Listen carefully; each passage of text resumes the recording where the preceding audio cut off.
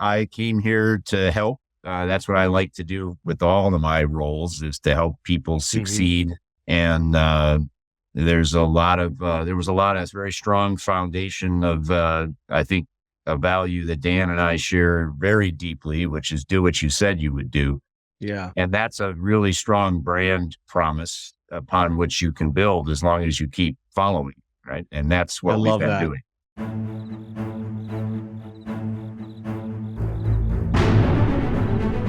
Welcome to the Risk Never Sleeps podcast, in which we learn about the people that are on the front lines delivering and protecting patient care. I'm Ed Gaudet, the host of our program, and today I'm pleased to be joined by Scott Nelson, the president and CTO at Tamarack Technology. Scott, how are you, sir? I'm doing well. Thank you. And we got together unconventionally, which we're going to get to in a second. But before we do, let's talk, tell our listeners a little bit about your role in your organization. Yeah. Well, today I'm actually working in the equipment finance industry, although I've spent much of my career working. I'm a technologist, at heart. I've worked in aerospace, military, industrial controls. I grew up at Honeywell. And then I spent a lot of time in digital health. So I'm pretty fluent at moving back and forth. And I will say I just wrote a piece that's going to publish next week on the nudge. And I don't know if everybody in your world knows about the nudge, but I actually write it down as one of the big risks. The biggest risk in healthcare, kind of, in my view, is patients not doing what they're told, and nudging is all about helping get behavior in line with therapy, so I'm pretty fluent going back and forth between economic wellness, which is equipment finance, and physical wellness, which is healthcare. So I really appreciate the opportunity to be here. Oh, I love that. I'm looking forward to reading your article. Will you post that on LinkedIn or? Well, it'll come out in one of the equipment finance. I think that one is going to be on a magazine called The Monitor. Oh, okay. We have kind of two big magazines in equipment finance. One of them is Equipment Finance Advisor, and the other is The Monitor Daily. And they publish pretty much everybody in equipment finance every morning. They read the newsletter from those two places. They tend to be a little redundant, so some people read one or the other, but they're great. They're a great way to reach the industry. And I joined this industry in 2020 and have been kind of helping Tamarack change from a professional service company, the way it was founded by my brother in 2001, doing a lot of software support, technology support to the people who use the big software stacks in the industry. And I kind of brought the idea of products, SaaS products, data, business intelligence, and AI, a lot of AI applications in this industry that are fun.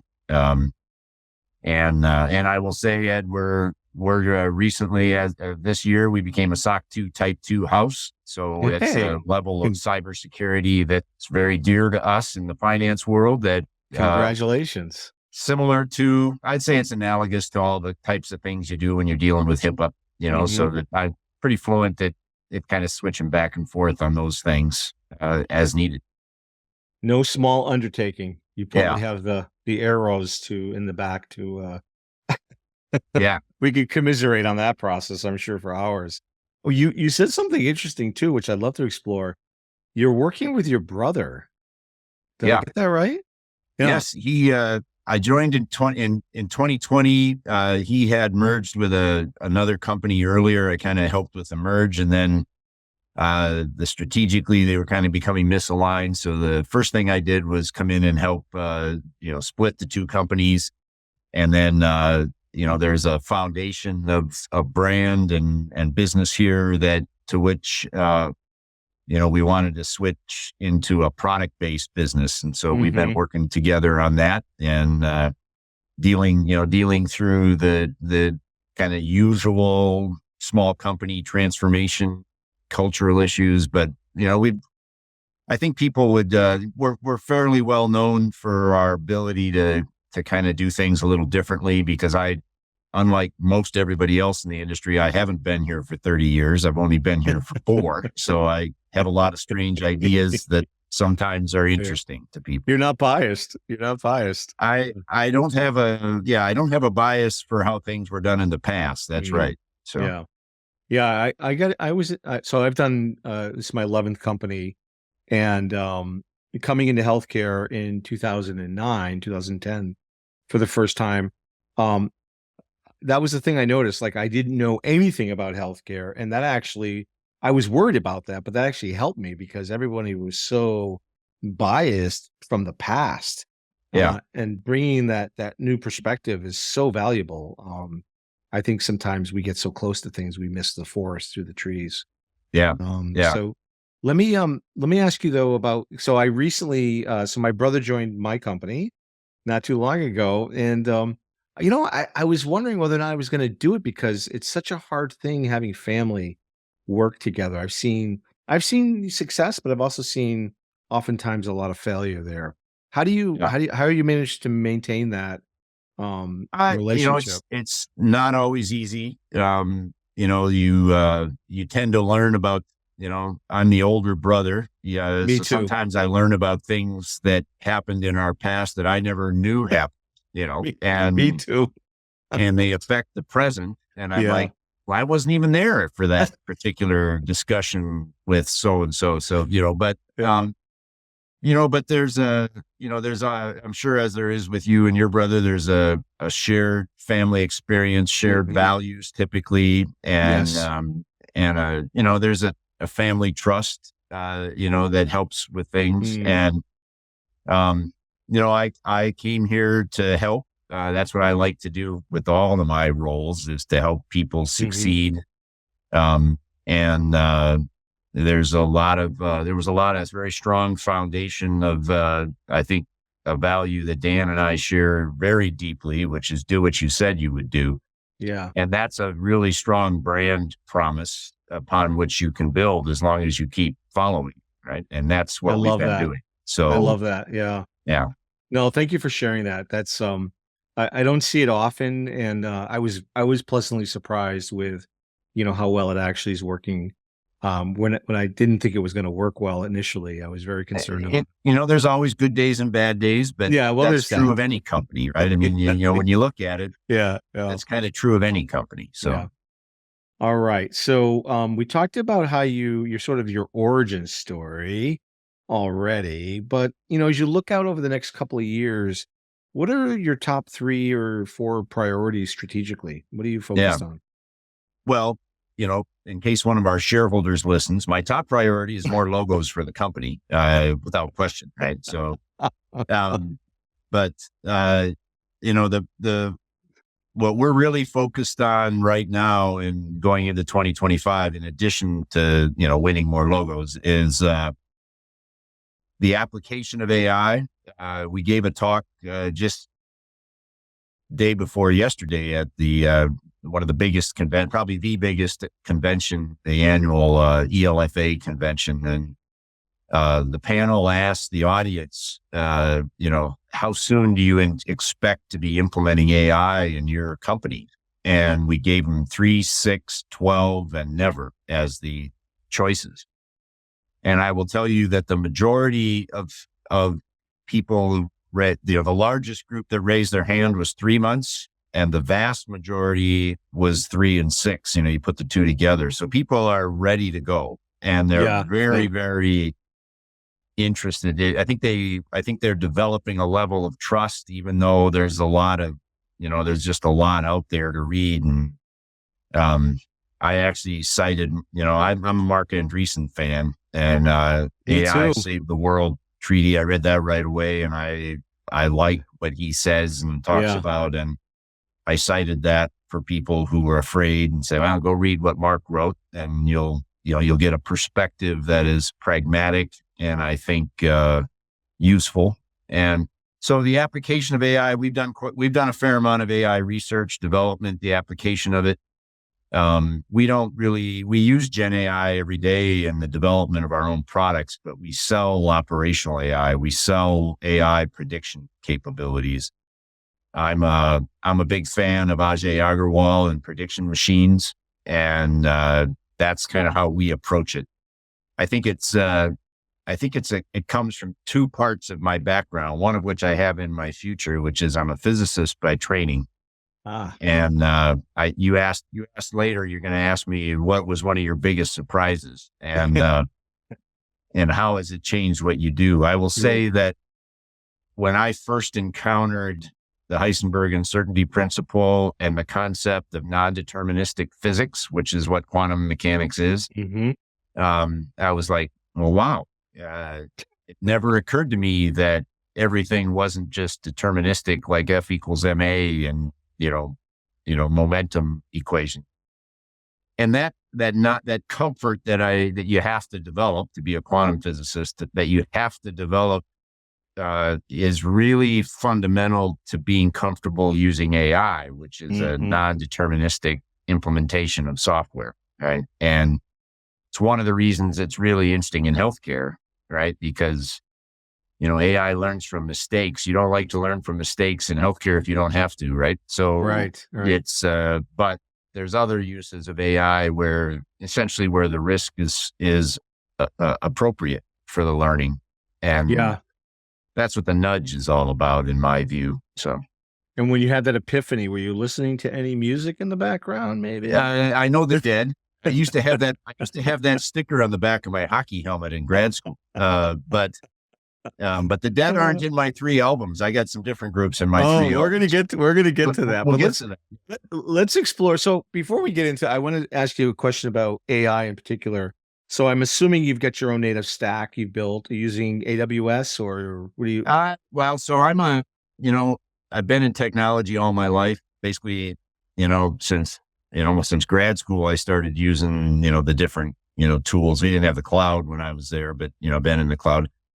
I like Microsoft. Microsoft takes care of the enterprise, I think. Nice. And when we looked at what we were going to do, I kind of said, it was pre-Fabric, but we said, at Azure and AWS, you got to pick one of those. But then you go into Power BI, which gives you the ability to analyze and do things visually. That makes sense. Yeah. And then and then everybody's got Office. So we build out our product experience in Power BI. Everybody's already got Office. So they just they just log in and they get the full experience.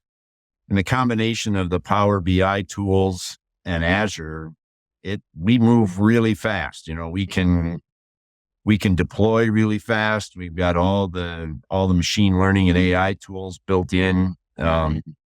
We haven't found ourselves constrained by what we need to do. We're not doing large language models. We're not doing, what the Gen AI people are doing. But for what we're doing, that tool chain has been very appropriate and very cost effective and fast. We really like the environment we're working in. So applying it more for RPA use cases, more for our process automation. What Tamarack will say is we use AI for 2 primary objectives: risk management, better risk management, and then productivity, which is a combination of automation and recommendation, or augmentation. I guess it's probably the way I should say it, is automation and augmentation. Nice. Is kind of the way we are using it. A lot of our predictors, we can use our predictors to fully automate decisions, but more often, we've seen customers dramatically accelerate their decision-making processes, first just by having the data available to them, because then they're comfortable, they know what they're doing, and then having recommendations that they trust up in front of them allows them to make the same decision. Had one operational leader tell me, she said, what I like about this is I can deal with the bad day decision. Good day, bad day. When you're making certain decisions, you get affected in ways that aren't maybe, the way you want to do things. You want to maintain objectivity regardless of how you're feeling that day when you're making decisions. And she likes the fact that AI doesn't have bad days. Yeah, that's right. That's a really interesting way to think about it. And I like that a lot. Yeah. We did connect on risk. I saw an article, I think, where you mentioned risk never sleeps. So right. Tell us the background of that, and we'll talk about our mutual shared love for a musician. Yeah. Yeah. Um, well, the origin was, so we have had predictors, underwriting predictors, primarily delinquency and what we call tier, which is, delinquency is just a classifier that predicts, are they going to pay or not? We do 30, 60, 90 and loss type predictors, and 4 classifications, or good late loss in some cases, depending on the quality of the data. And we've had these predictors up and running since 2021. They came up and running in 21 during COVID. And a lot of people don't know this, but delinquency almost went away during COVID because, as we do all know, they dumped like $2 trillion over everybody's head. So everybody had cash, everybody paid their bills. And, Right. But earlier this year, we were looking at the retraining of some of our predictors, and we're looking at the portfolios of some of our customers. And one of our analysts said, you can tell things are changing. The predictors are getting tougher. And I said, what do you mean tougher? And then we looked at it, and essentially the predictions of delinquency were going up. And so the retraining of the AI was seeing that things were changing in the portfolios, and delinquency was going up, particularly in trucking. Certain industries, trucking, we got hit the hardest, but certain industries of trucking, was going up.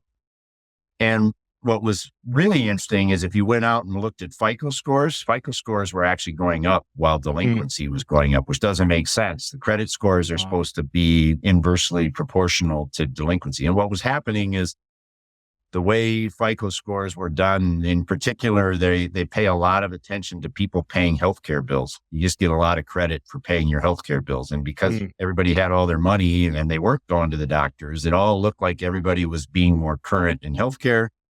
FICO scores were going up, delinquency was going up, which is the opposite of what it's supposed to. And I looked at it and I said, this is a bad situation. This is a risky situation because the scores that people depend upon in making decisions are kind of moving in the opposite direction of the risk.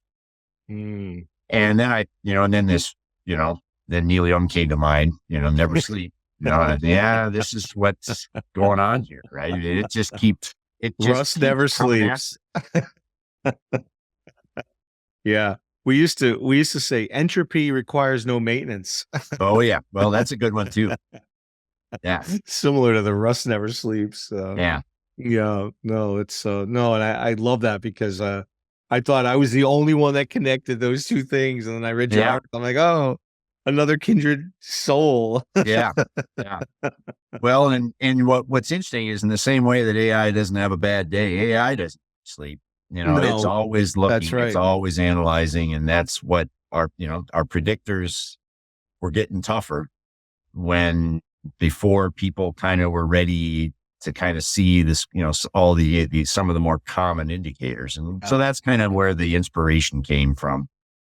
And very cool. So I wrote it that way. Very cool. All right. So we're going to change up a little bit and go into a little bit more about you. Outside of this job, your passion for work, what are you most passionate about? What would you be doing if you weren't doing this? Yeah. Well,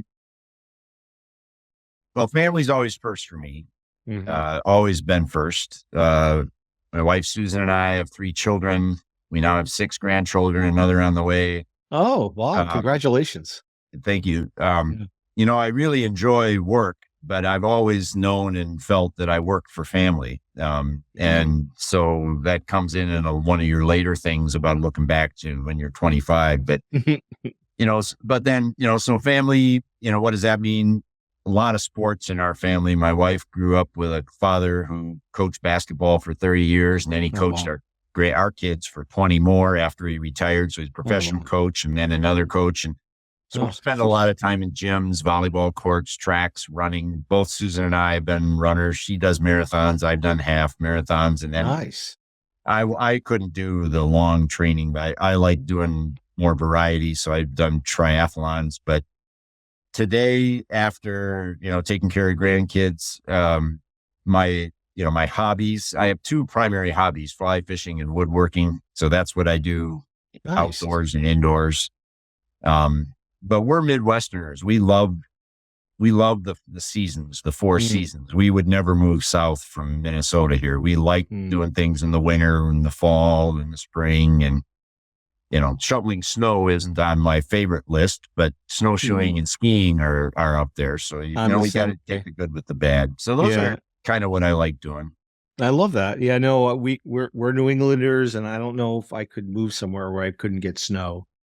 I love snow. Yeah, it's and I one of my companies, we opened an office in Boston, so I got to spend a lot of time in Sudbury. Nice. And beautiful falls out there. You guys got a lot of maple trees. Maples are what make fall a great color, right? And was that Honeywell or?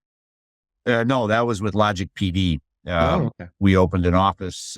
We were more than half of our business was medical device, and we opened an office in Boston because there's a lot of medical device in Boston, and we opened one in San Diego. There's a lot of medical down there, so I opened them on both coasts. Nice. I'm heading to San Diego on Saturday for a week for the Chime conference. It's a medical association. Yeah. Okay. Well, all right. The other thing about San Diego, we were actually opening our office in Carlsbad, and I didn't know it until we got there, but Ping, Adidas Golf, TaylorMade Golf, Callaway Golf, and Nike Golf are all in Carlsbad. It's just the most amazing thing. Oh, interesting. Oh. Yeah. All right. You could go back in time, and what would you tell your 20-year-old self? Yeah. This one's a fun story because I think you actually said 25. Oh, 25. Yeah, it does. Well, I know, but specific to when I was 25. Okay, we'll go with 25. We'll go with 25. Almost to the year during the summer. Three of my physics nerd buddies and I, during grad school, we were sitting down in our office, and we were talking about three companies that we could invest. We were trying to think about, could we get $1,000 up and invest in these three companies? And the three companies in the news at the time, for different reasons, were Intel, Cisco, and Apple. Oh, jeez. Of course, we're in. I mean, and we specifically sat around and talked about, okay, which of the three do we think will do better, right? And we're solid state semiconductor physicists, so we kind of lean towards Intel, but we were all buying Apple computers at the time, Macintoshes, and of course, we were grad students. We didn't have any money, so we didn't invest anything at all. And I often look back and say, well, I probably should have done that. I mean, I had the technology insight. I should have done it. If I had done it, what would I have today? But I'm not a regrets guy. I don't look back on regrets. What I know is that if I'd invested $1,000, as soon as it got to $1,500, I would have sold it, right? Rather than hang on to it. So, that's right. but that's really not, what I would say. What I would say is actually what I've always done. And what I tell all the people I mentor is always be curious. If you're not having fun at work, you need a different job. And never let work get in the way of family. If I live those three principles, then I'm happy, and I don't have to worry about Intel and Apple stock in 1987, or 87. Yeah. Especially as you get older, you realize those things don't matter. Family. Yeah. And other pursuits of the heart or of the mind or of the soul matter more. But it was the first thing that came to my mind when you asked the question. I said, oh, son of a gun. Now I got to relive that bagel day thing again, I was surprised that more people didn't bring that up. And I had, I think, one other individual that brought it up, but you also talked about, the other things you would say, which I love. But most people, the answer is more like, you got this. It's okay. Don't sweat the small stuff. Don't worry about it. It's all going to work itself out. And, but I love the investment question because I always kill myself because I started in tech right out of school and I'm like, I should have bought Microsoft. What was I thinking? Yeah. Well, I've always, as a I've always loved time machine books and movies. I've probably seen them all and read them all. And of course, Mm-hmm. there's so many movies where somebody goes back and invests in, GE right after the light bulb or something, and then they get the money in the future and then they screw up, right? That's right. That's always what happens, right? So, yeah. but that particular one, I can just remember we were talking about those three things and what those three little companies were doing. And there wasn't any internet yet. So what's the big deal about Cisco, and stuff. So it's just kind of a fun story. That's tell terrific. People. Do you stay in touch with the other two folks? I have stayed, not as much, I stayed in touch with them for a long time, but then they moved to different parts of the country and different jobs. I actually worked with one of them for a while. He's still here in Minnesota. But I haven't talked to them in the last couple of years. I hear from them, different bits and pieces here and there, but much more kind of new round of people that I'm with every day or with more often, nowadays here in the Twin Cities area. And of course, as we're speaking, the notification for the Apple's earning announcement just came over my my phone. So just can't make it up. I worked with industrial designers. The Logic PD, we had industrial designers, and I learned so much from them. And of course, Jobs is a deity in the industrial design space, but you learn a lot about, what he did and study him a lot, and Apple in general. It's a story from which to learn for all of us, kind of almost regardless of which industry you're in. Agree. 100%. Yeah. All right. This is the Risk Never Sleeps podcast. I have to ask you, what is the riskiest thing Scott has ever done? Well, this was kind of a tough one for me because I was an Eagle Scout, and when you're an Eagle Scout, you spend all your time trying to avoid risk and figure out how not, always wiggle away from yourself and stuff. Right. Yes. And I thought about it, and I said, I did do a bungee jump when I went to New Zealand once. I did a bungee jump, jumped off a big cliff over a river, but I figured since I was paying for it, it was safe, right? Because that's the definition of risk right there. Yeah. Well, but the top of the list is my brother and I and my other brother, Dan, who's my brother-in-law. We went on a canoeing trip in Alaska. Took my 12-year-old son on a canoeing trip. We didn't know it. Turns out it was a 3-day canoeing and fishing trip with the two uncles, Matt and I, in our canoe in Alaska on a Class 2 river. And I'd never canoed a Class 2. We canoed lakes. This is a Class 2 river. We found out. In grizzly country, we found out. Kodiak salmon run. And so we made it. We made it, but I look back on that and I think that was like the stupidest thing I've ever done. Turning over in a river, it's possible. The water's cold. You're in Alaska. We got grizzly bears. We're camping outside. They're feeding. Oh yeah. It's the definition of the perfect storm. Yeah. So I think that is probably the riskiest thing I ever did. It's for sure, which means it's also probably the stupidest thing I ever did, So. But you have a great story. Yeah. Well, my son tells it to his son now about that. About how Papa took him because, so someday my grandson's probably going to ask me to do something stupid like that, but I'm not going to do it the next time. So. No, well, hopefully not. Yeah. All right. Last question. What advice do you have to young professionals coming out of school that want to get into technology, want to get into your industry or healthcare for that matter? Yeah. So I've had 3 who are now all working, and I kind of go back to if you really want to do well, you've got to make sure that you're curious about not just life in general, but really curious about how things work in that industry you're interested in. And a lot of young kids today, they have a very strong mission purpose, and which is a strong guidance for them. So you encourage them. Okay, you have your you have your purpose statement, you have what you want to do. You need to be thinking about how you're going to take what you know now and how you're going to expand that to really serve that mission.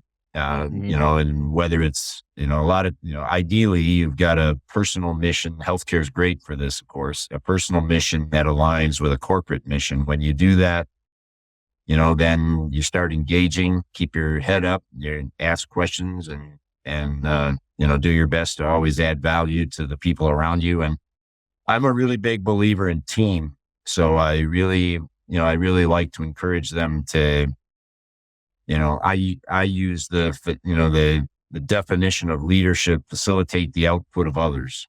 So it comes from a gentleman named Chrisman Knopfsfinger that I met once. And I think if they kind of take a few of those principles, they can, as long as they're willing to, keep asking questions and do what the team asks of them, they can succeed. I love that. That's great advice. All right, Scott. So I've got to ask you, you're on a desert island. You could bring 5 albums and or 5 movies with you. What would they be? Well, the first thing I'm going to do is try to cheat and do a best of the Stones, because I don't have any one Stones album, but I think if I go albums, I got to do Petty, Full Moon Fever. Nice. I got to do Springsteen, Born to Run. Nice. And then I'm probably doing both George Thorogood live and the Top Eliminator. That came out. I had actually told a kid on the plane the other day about he had to go watch all the YouTube videos from the Top Eliminator and see the fuzzy guitars. But you're talking ZZ Top? I'm an 80s guy. Was that ZZ Top you're talking about? What's that? Yeah, ZZ Top you're talking about, right? Oh yeah. Yeah. Okay. Oh yeah. Top. Yeah. Fuzzy guitars. Yeah. No, I love guitars. It. Yeah. No, that's yeah. I mean, just some great music. I've been a movie guy all my life. So movies, I would have told you they got to give me a genre, but I did the homework, and I'm going to have to go Shawshank. Ooh, okay. Godfather 1 and 2. That's only one movie. Godfather 1 and 2. I agree. By the way, which one do you like better, 1 or 2? I know it's hard. I thought 1 was directed better, but 1 and 2, you when you watch 1 and 2, you see the whole story. You see the whole story, yeah. But 2 by itself, this doesn't grab you unless you've got 1. That's a good point. Yeah. And then the last one, you got to do Westerns. And since you're going to say 5 instead of 3, you got to have Once Upon a Time in the West. And then with Charles Bronson and Henry Fonda. Yes. And then you got to stick with Sergio and do The Good, the Bad, and the Ugly. Those are great movies. Somewhere. I would be on your island, sir. Yes. And we'd have some Dead albums with us and some Neil Young albums as well. Oh yeah. Yeah. That's excellent. All right. Was there another question you wanted to cover? Or no, that was just one that I noted and I worked on because. No, that's great. No, and that's my favorite question too. It's so, what it is too. We talked about music early on. I'm sure I got a little distracted. Well, we kind of came together because of music. Because that's right. We both did the Rust Never Sleeps album to start our theme, right? So, right. How do you beat that? It's hard to top that. But you did with ZZ Top, so that was LaGrange. LaGrange is that's one of the best. It's one of the best. Yeah. Scott, thank you so much for your time. It's great to have you on the show. Yeah. Thank you for inviting me. Yeah, you bet. You bet.